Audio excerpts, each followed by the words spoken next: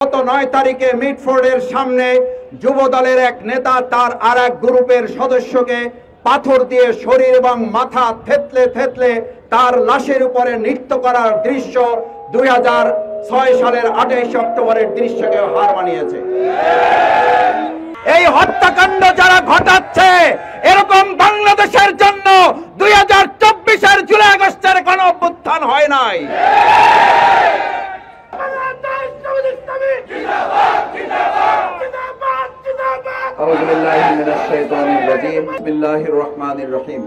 আসসালামু আলাইকুম ওয়া রাহমাতুল্লাহি ওয়া বারাকাতুহু। সম্মানিত ভাই এবং বন্ধুগণ, বাংলাদেশ জামাত ইসলামী এই অঞ্চলগুলোতে আপনাদের সাথে 17 বছর আমরা লড়াই সংগ্রামে এখানে অবস্থান করেছি, বিভিন্ন সময় মিছিল করেছি, সমাবেশ করেছি, এই জায়গায় দাঁড়িয়ে আমরা বক্তব্য রেখেছি। এই অঞ্চলের ভাইয়েরা, এখানকার ব্যবসায়ী ভাইয়েরা, এখানকার ব্যবসায়ী নেতৃবৃন্দ, এখানকার সর্বস্তরের মানুষ, আপনারা আমাদেরকে পাশে থেকে সাহস জুগিয়েছেন, ভালোবাসা দিয়েছিলেন, আমাদেরকে আপনারা হিম্মত দিয়েছেন, আপনারা আমাদের নির্মম নির্যাতন নিপীড়নের সময় বন্ধু হিসাবে ভূমিকা পালন করেছেন। বিশেষ করে 2024-এর জুলাই আগস্টের গণ অভ্যুত্থানে গোটা বাংলাদেশ থেকে ঢাকাকে বিচ্ছিন্ন করার জন্য ডেমরা অঞ্চলে আপনারা যে তীব্র প্রতিরোধ গড়ে তুলেছিলেন, তার জন্য আপনাদেরকে আন্তরিক ধন্যবাদ, মোবারকবাদ এবং আপনাদের প্রতি কৃতজ্ঞতা জানাই।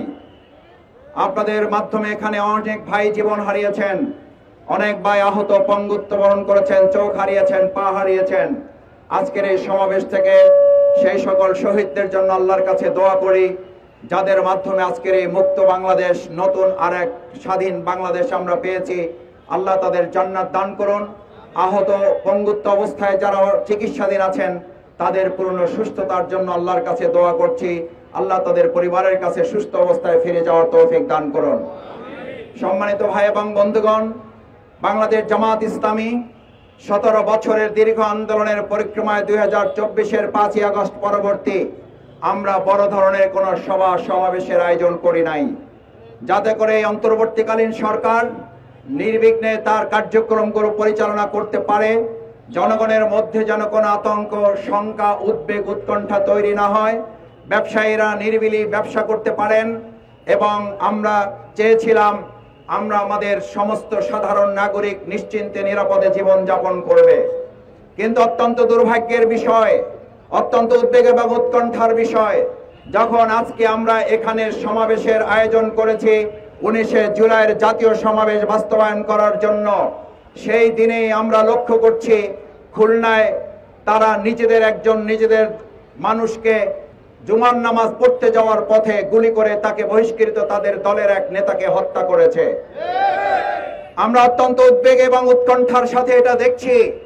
গত 9 তারিখে আমাদের মিটফোর্ড হাসপাতাল, সলিমুল্লাহ মেডিকেল কলেজের সামনে একজন গ্রুপ আরেকজন গ্রুপ, এক দলের চাঁদা তোলা এবং আরেক দলের চাঁদা দাবি আদায়কে কেন্দ্র করে দুই পক্ষের মধ্যে নৃশংস যে হত্যাকাণ্ড হয়েছে, 2006 সালের লগি বৈঠার মাধ্যমে যে হত্যা, লাশের উপরে যে নৃত্য করা, সেই নৃত্য করাকেও গত 9 তারিখে মিটফোর্ডের সামনে যুব দলের এক নেতা তার আরেক গ্রুপের সদস্যকে পাথর দিয়ে শরীর এবং মাথা থেতলে থেতলে তার লাশের উপরে নৃত্য করার দৃশ্য 2006 সালের 28 অক্টোবরের দৃশ্যকে হার মানিয়েছে। আমি একবার সেই ঘটনাটা ভিডিওতে একবার দেখার পর আমার সম্মানিত স্টাফ কোয়ার্টার ডেমরা অঞ্চলের ভাই বন্ধুগণ, আপনি কোন দল করেন আমি জানি না, আপনি কোন দলের সমর্থক আমি জানতে চাই না, আপনি যে দলেরই সমর্থক হন আপনার বিবেকের কাছে কোশ্চেন রাখবো। আপনি মিটফোর্ড এবং সলিমুল্লাহ মেডিকেলের সামনে হত্যাকাণ্ডের দৃশ্যটা 1 সেকেন্ড, 2 সেকেন্ড, 3 সেকেন্ড দেখার পর 5 সেকেন্ড আপনি ওটা দেখতে পারবেন না। ওটা একবার দেখার পর আপনি স্বাভাবিক থাকতে পারবেন না। এই হত্যাকাণ্ড যারা ঘটাচ্ছে এরকম বাংলাদেশের জন্য 2024-এর জুলাই আগস্টের কোনো অভ্যুত্থান হয় নাই। আমার ভাই এবং বন্ধুগণ, দলের স্বার্থে কথা বলার জন্য জামাত ইসলামী 19শে জুলাই জাতীয় ঐতিহাসিক সমাবেশের আয়োজন করে নাই আমাদের সেই সোহরাওয়ার্দী উদ্যানে। আমরা এই সমাবেশ ডাকতে বাধ্য হয়েছি। আমাদের এটিএম আজহারুল ইসলাম সাহেব যখন কারাগারে বন্দী 2024-এর গণ অভ্যুত্থানের পরেও আমরা আন্দোলনের ডাক দেই নাই, আমরা নিবন্ধনের জন্য রাস্তায় নামি নাই। এখানে সাক্ষী আপনারা। আমাদের যে দাঁড়িপাল্লা প্রতীক, আপনাদের আবেগের প্রতীক, আপনাদের ভালোবাসার প্রতীক, আপনাদের ন্যায় এবং ইনসাফের প্রতীক, জনগণের দাবি আদায়ের প্রতীক যে দাঁড়িপাল্লা দেখতে পাচ্ছেন, এই দাঁড়িপাল্লা প্রতীক কেড়ে নেওয়া হয়েছিল, তার জন্য আমরা রাজপথে আন্দোলনে নামি নাই। আমাদের নিবন্ধন বাতিল করা হয়েছে, আমরা রাজপথে আন্দোলনে নামি নাই। কিন্তু আজ আমরা রাস্তায় নেমে সমাবেশ করছি কেন? আপনাদের কাছে এই প্রশ্নের জবাব আমি দিতে চাই।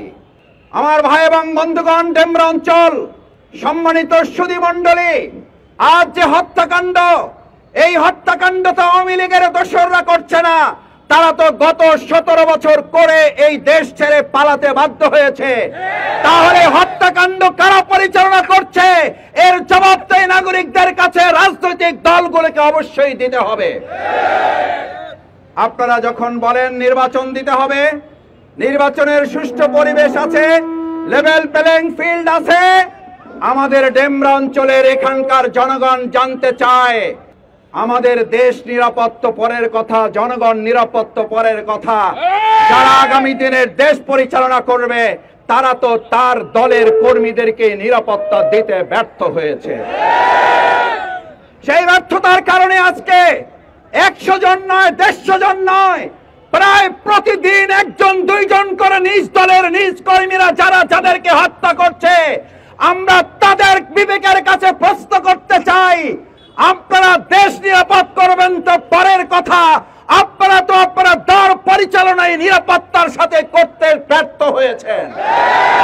যারা দল পরিচালনায় ব্যর্থ, যারা দলের কর্মীর নিরাপত্তা দিতে ব্যর্থ, এই দেশের মানুষ বিশ্বাস করতে চায় না তারা দেশ পরিচালনায় সফল হবে, জনগণের নিরাপত্তা দিতে পারবে। এটা কল্পনা ছাড়া আর কিছুই নয়।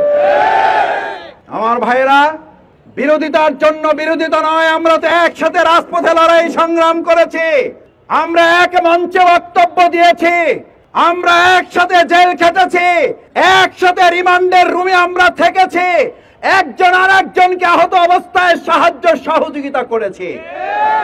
কিন্তু আজ আমরা শুনতে পাই জামাত ইসলামীর সাথে তো জোটের প্রশ্নই ওঠে না, আমাদের অমুকের দরজা খোলা আছে। ডেমরা অঞ্চলের মানুষ আজ আপনাদেরকে জানিয়ে দিচ্ছে, কান খুলে শোনেন, বাংলাদেশের মানুষ আজ চাঁদাবাজের সাথে কোনো জোট করবে না, কোন সন্ত্রাসীর সাথে জোট করবে না, কোন দখলদারদের সাথে জামাত ইসলামী জোট করার জন্য অপেক্ষা করছে না। জামাত ইসলামী এবার জোট করবে সৎ, দক্ষ, যোগ্য জনগণকে নিয়ে জোট করে আগামী দিনে বাংলাদেশের মানুষকে একটা নিরাপদ রাষ্ট্র উপহার দেওয়ার জন্য আমরা কাজ করে যাব। সংগ্রামী ভাই এবং বন্ধুগণ, 19 তারিখের সমাবেশ সেই বিচারের জন্য। আজ বিচারের সংস্কৃতি যদি চালু করা না যায়, যার কারণে আজকে হত্যাকাণ্ড বন্ধ করা যাচ্ছে না। আমার তো মনে হয় জামাত ইসলামী অন্য কোন দল যদি বিচার নাও চায়, তাহলে আজকে যারা নিজেদেরকে বড় দল দাবি করেন, তাদের এই 10 মাসে প্রায় 2 শতাধিক খুনের কারণে তারাই তো আজকে সবচেয়ে বিচারের দাবি করার জন্য মাঠে নামা উচিত। বিচারের সংস্কৃতি যদি তুলে দেন, তাহলে নিজেরা নিজেদেরকে রক্ষা করতে পারবেন না, যেমন রক্ষা করতে পারে নাই আওয়ামী লীগ, যেমন রক্ষা করতে পারে নাই ছাত্রলীগ, স্বেচ্ছাসেবক লীগ এবং যুবলীগ। আজকে বলা হয় স্বেচ্ছাসেবক লীগের জায়গা, ছাত্রলীগের জায়গা আর একটা দল দখল করে ইতিমধ্যে একই কাজ কয়েক গুণে করা শুরু করে দিয়েছে। আমার ভাই এবং বন্ধুগণ, আমরা রাজনৈতিক দলগুলোকে উদাত্ত আহ্বান জানাই, বিরোধিতার জন্য বিরোধিতার কারণে কথা বলা নয়। দেশের প্রয়োজনে জামাত ইসলামী 17 বছর, শফিকুল ইসলাম মাসুদ, এই কামাল হোসেন, এই অধ্যাপক মোকাররম হোসেন খানরা এই রাজপথে গুলির সামনে দাঁড়িয়ে আমরা বুক পেতে দিয়ে জনগণের অধিকারের জন্য কথা বলেছে। আজকেও জনগণকে নিরাপদ করার জন্য কথা বলতে এসেছি। কোন বিশেষ রাজনৈতিক দলকে প্রতিপক্ষ মনে করে আমরা এখানে বক্তব্য দিতে আসি নাই। তাই আসুন, 19 জুলাইয়ের সমাবেশ বিচার নিশ্চিত করার সমাবেশ। 19 জুলাইয়ের সমাবেশ সংস্কার না করতে পারলে এই নির্বাচন শুধু নয়, আপনারা নমিনেশন ঘোষণা করার সাথে সাথে এদেশের মানুষ অপেক্ষা, উদ্বেগ, উৎকণ্ঠার মধ্যে আছে। দেশে রক্তের বন্যা বয়ে যাওয়ার সম্ভাবনা আছে। নির্বাচন তো পরে, আপনাদের প্রত্যেকটা আসনে 10 জন, 12 জন, 15 জন, 20 জন করে গ্রুপ তৈরি করে যারা এখনই নিজেদের মধ্যে রক্তারক্তি পরিবেশ তৈরি করেছে, এদেশের মানুষ মনে করে নির্বিঘ্নে নিশ্চিন্তে ভোট দেওয়া তো পরের কথা, নমিনেশন ঘোষণা করার পর যে রক্তের হোলি খেলা শুরু হবে সেটা রক্ষায় তারা ব্যর্থতায় পর্যবসিত হবে। আমার ভাই বন্ধুগণ, আসুন সেই জন্য সংস্কার রাষ্ট্র শুধু নয়, সংস্কার শুধু ঐক্যমত কমিশনে নয়, সংস্কার নিয়ে আসতে হবে রাজনৈতিক দলগুলোর মধ্যেও। আমাদের সহনশীলতা, পরস্পরের প্রতি শ্রদ্ধা, বিশ্বাস, সম্মান নিয়ে আমরা একটা ঐক্যবদ্ধ জাতি নিয়ে ঐক্যবদ্ধ বাংলাদেশ বিনির্মাণ করতে চাই। সেই ঐক্যের প্রতীকের নাম, সেই ইনসাফের নাম, সেই আদর্শের নাম, সেই রাষ্ট্র পরিচালনার নাম, সেই প্রতীকের নাম কি? কি নাম সেই প্রতীকের নাম? আমার ভাইয়েরা আসুন,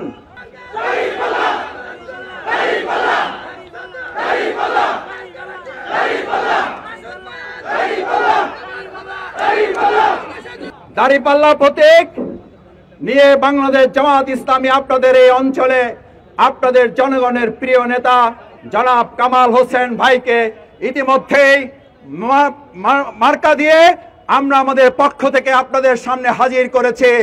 আপনাকে কামাল ভাইয়ের পাশে আন্দোলন সংগ্রামে যেভাবে ছিলেন, আগামী দিনে তার সাথে থেকে কামাল হোসেনকে বিজয় করা নয়, কামাল হোসেনকে বিজয় করা নয়, আমরা কামাল হোসেনকে বিজয় করার মধ্য দিয়ে ইসলামকে বিজয় করে ইসলামকে সংসদে পাঠাতে কি রাজি আছি সবাই। আমাদের সম্মানিত ভাইদের বোনদের নিরাপত্তা নিশ্চিত করার লক্ষ্যে লেভেল প্লেইং ফিল্ড নিশ্চিত না হলে আজকে এখানে যারা উপস্থিত, এর আগে আমি মনে করি না সব জামাত ইসলামী ছাত্র শিবিরের লোকেরা এসেছেন। আমি আপনাদের কাছে জানতে চাই, দেশের সামগ্রিক পরিস্থিতি সামনে রাখলে, দখলদারির দিকে তাকালে, চাঁদাবাজদের দিকে তাকালে, সন্ত্রাসের দিকে তাকালে আপনারা কি মনে করেন লেভেল প্লেইং ফিল্ড তৈরি হয়ে একটা সুষ্ঠু নির্বাচন হবে? এটাকেও বিশ্বাস করেন? যারা বিশ্বাস করেন না হাত তুলে দেখান, হাত তুলে দেখান যারা বিশ্বাস করেন না। আমরা লেভেল প্লেইং ফিল্ড ছাড়া নির্বাচনে অংশগ্রহণ করব শুধু না, লেভেল প্লেইং ফিল্ড ছাড়া বাংলাদেশে নির্বাচন হতেও দেবে না জনগণ। সুতরাং অন্তর্বর্তীকালীন সরকারের স্বরাষ্ট্র উপদেষ্টাকে বলবো, আমাদের মিটফোর্ডে আমাদের সলিমুল্লাহ মেডিকেলের সামনে যে বিভৎস ঘটনা ঘটেছে, শুধু গ্রেপ্তার নয়, দ্রুত ট্রাইব্যুনালে বিচারের মাধ্যমে রায় কার্যকর করার দ্রুত ব্যবস্থা গ্রহণ করতে হবে। এবং খুলনাতে যাকে হত্যা করা হয়েছে, প্রত্যেকটা হত্যাকাণ্ড ধরে ধরে তাদের বিচারের আওতায় নিয়ে আসলেই কেবল লেভেল প্লেইং ফিল্ড এবং একটা নিরাপদ, নিশ্চিন্ত, অবাধ, সুষ্ঠু, নিরপেক্ষ, অংশগ্রহণমূলক নির্বাচনের ব্যবস্থা করা যাবে। সেই ক্ষেত্রে যদি কেউ দোকান দখল করার মতো, চাঁদা দখল করার মতো, মার্কেট দখল করার মতো কেন্দ্র দখল করতে আসে, 24 জুলাই আগস্টের গণ অভ্যুত্থানে যেভাবে গুলির সামনে মাথা পেতেছেন, কেন্দ্র রক্ষার জন্য বুক পেতে দিয়ে কেন্দ্র রক্ষার জন্য প্রস্তুত থাকবেন কারা? পারবেন ইনশাআল্লাহ? জীবন যাবে, আমরা একটা জাল ভোট কাউকে দিতে দেব না, দেব না, দেব না। সবাইকে ধন্যবাদ। আল্লাহ হাফেজ। বাংলাদেশ জিন্দাবাদ, বাংলাদেশ জামাত ইসলামী জিন্দাবাদ।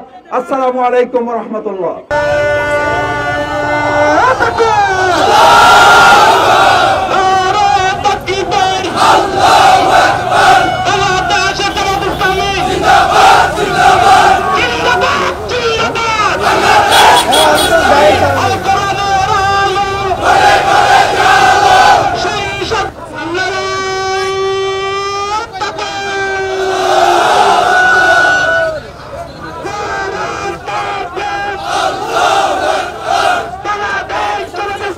জিন্দাবাদ।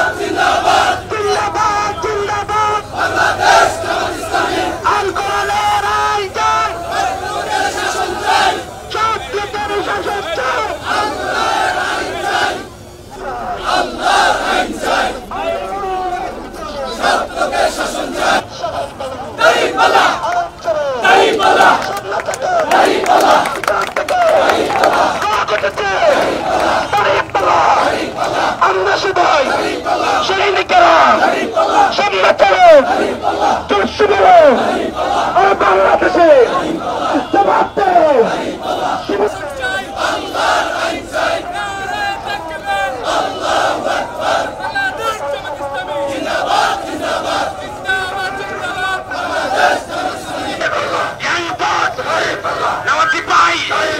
সবাই বলো এক সুরে এক তালে